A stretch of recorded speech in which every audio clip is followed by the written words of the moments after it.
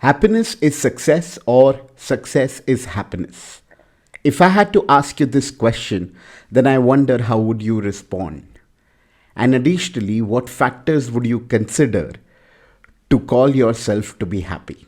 In many ways, happiness seems to be algorithmic for many, that it can be worked for and earned and achieved as if it were some sort of a result. And hence, often I hear things like, if I achieve this, then I will be happy. If I look like this, then I will be happy. I strongly feel that the very premise of happiness is misunderstood and wrong. And that is what we will unfold today in our Unfoldlearning podcast. So stay tuned till the end as we unfold new learnings about decoding happiness with concrete examples and logic. Remember, this is for all, and it doesn't matter who you are, where you come from, and what or who you identify as, because happiness is something that everybody deserves. So, welcome back to the Unfoldlearning Podcast, and let's begin.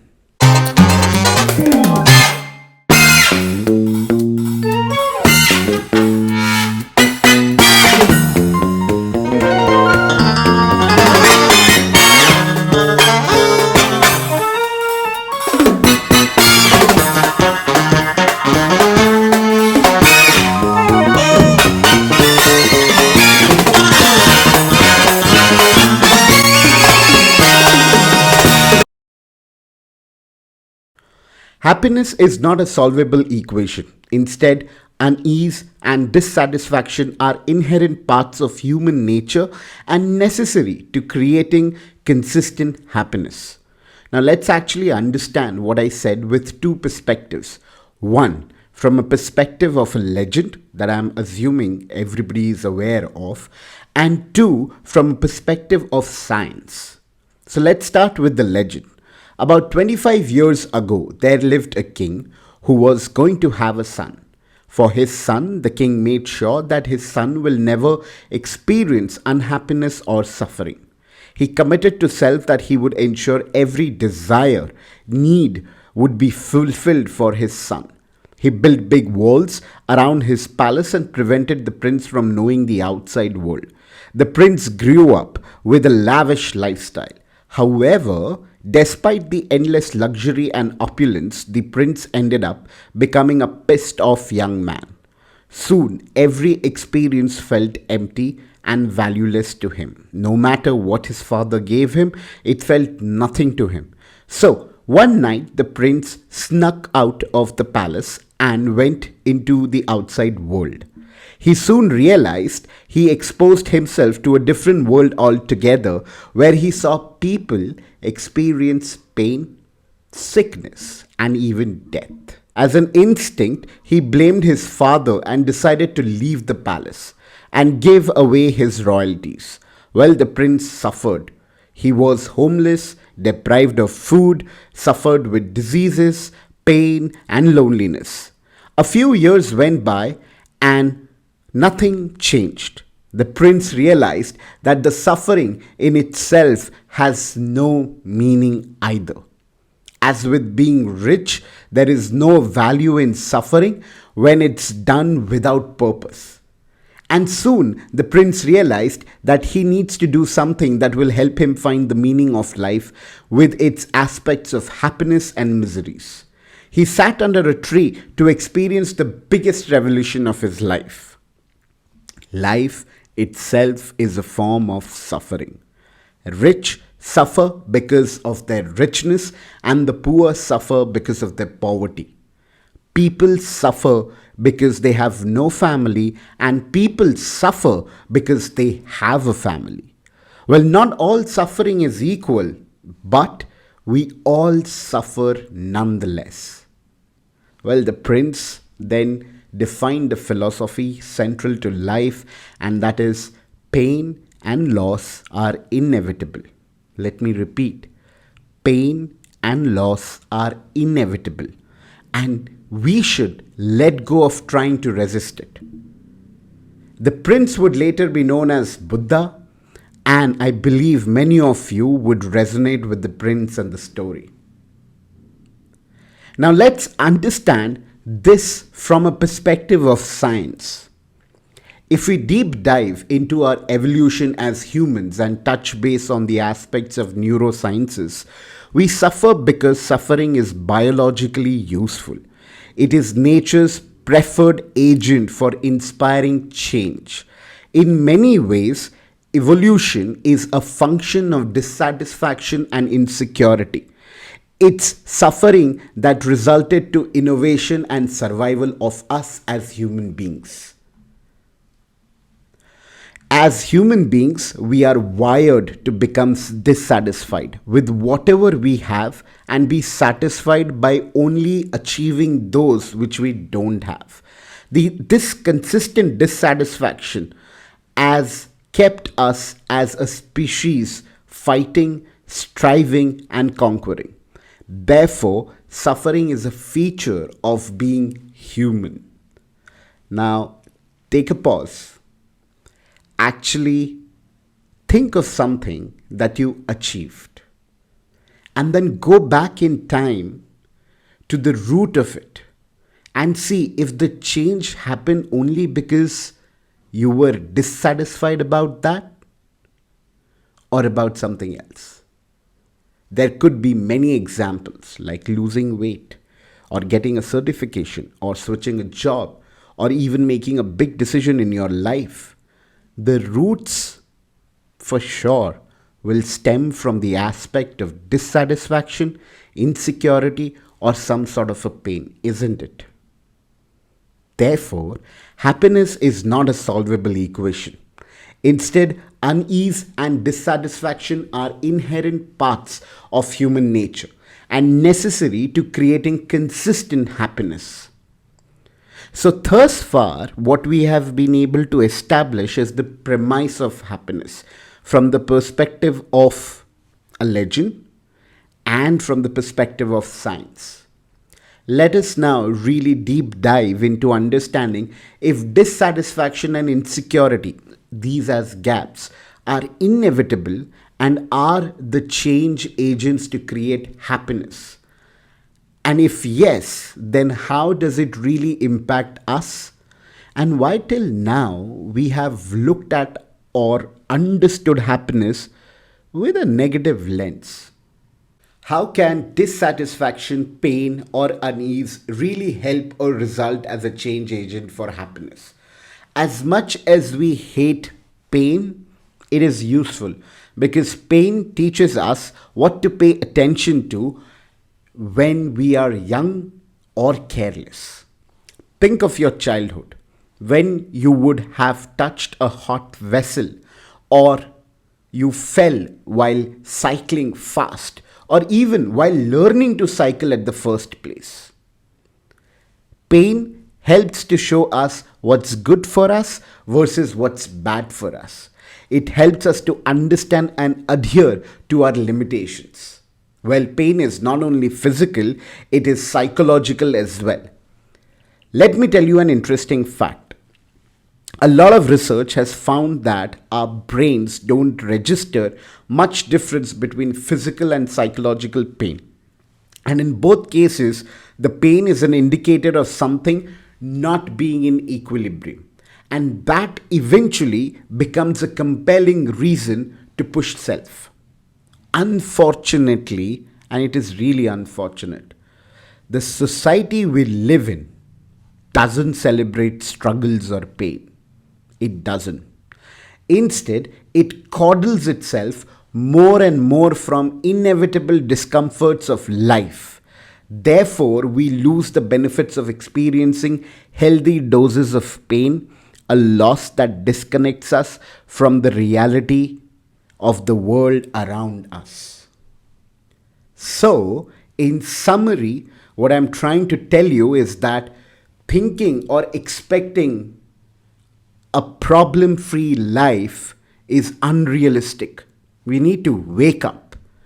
Seriously, problems don't end. They just improve. Life is essentially a series of problems. The solution to one problem is merely the creation of the next one. Therefore, Don't hope for a life without problems, but hope for a life full of or filled with good problems, because happiness comes from solving problems. Let me repeat that. Happiness comes from solving problems. Happiness in itself is a verb. It's about actions. It's about doing. And that's the mantra. I hope I have been able to help you with some perspectives in terms of how to really look at happiness, and at the same time how to look at pain, right? And how both are interweaving with each other, or rather how both interweave into each other.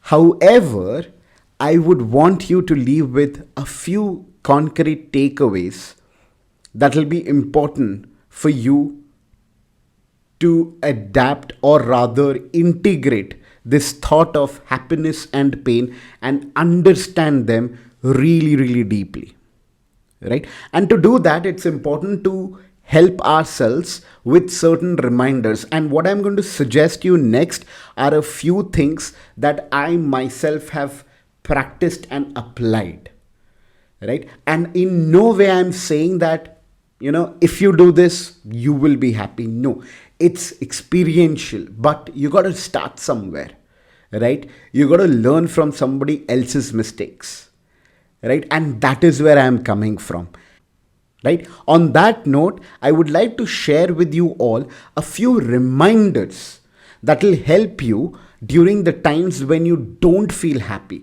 during the times when you wonder what happiness is about, during the times when you wonder what the purpose of life is, when you make things much bigger than what it actually is in its true form.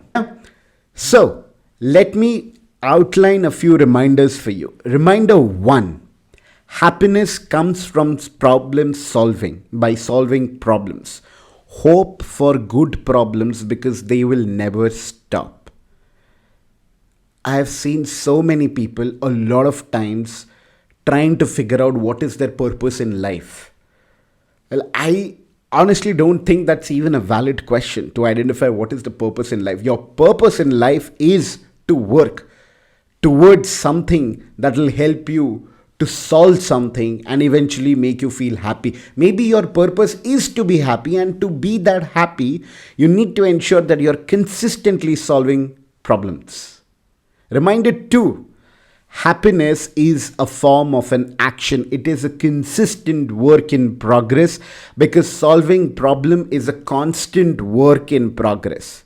The solution in today's problem will lay the foundation for tomorrow's problem, and so on. So buddy, enjoy having them and solving them.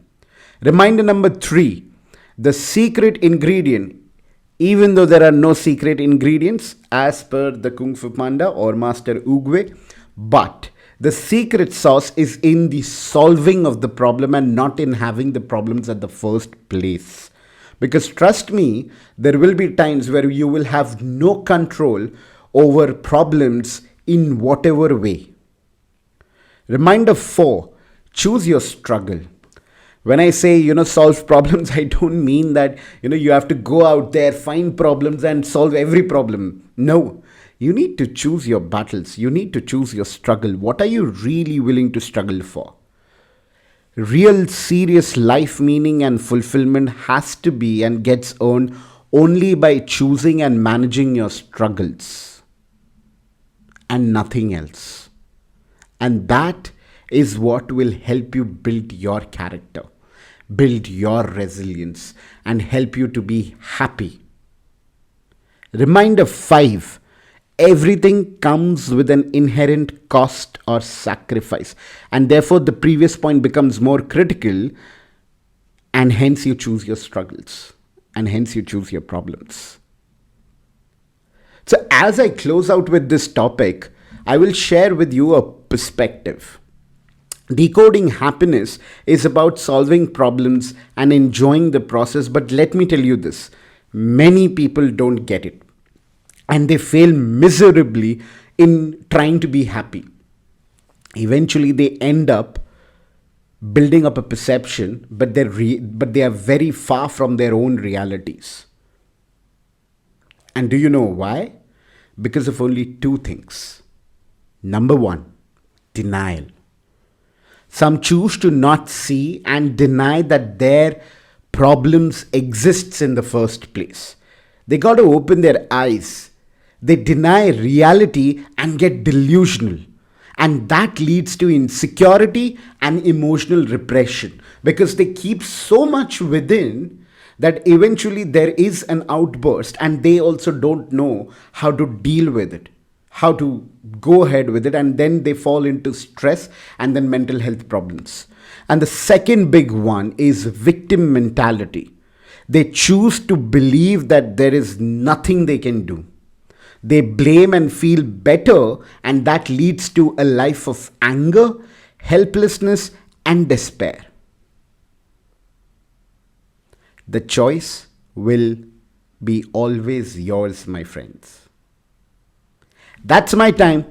Thank you very much for tuning in. I hope you were able to unfold the learning about happiness and are taking back key new learnings with yourself to evolve and be a better human being. For more such content and episodes, stay tuned with the Unfoldlearning Podcast. You can follow me on my Instagram. The link is in my bio here, or whatever you call it. I am new, so bear with me, pardon me if I'm missing on the semantics or the terminologies. But yeah, you can find me on Instagram, Unfoldlearning. You can tune into the audio on the audio platforms across spaces. So again, the link is there. Also, if you have stayed thus far till the end, don't miss to comment, like, and subscribe and share. Till next time, take care of yourself and people around you and be nice. And thank you very much for being there.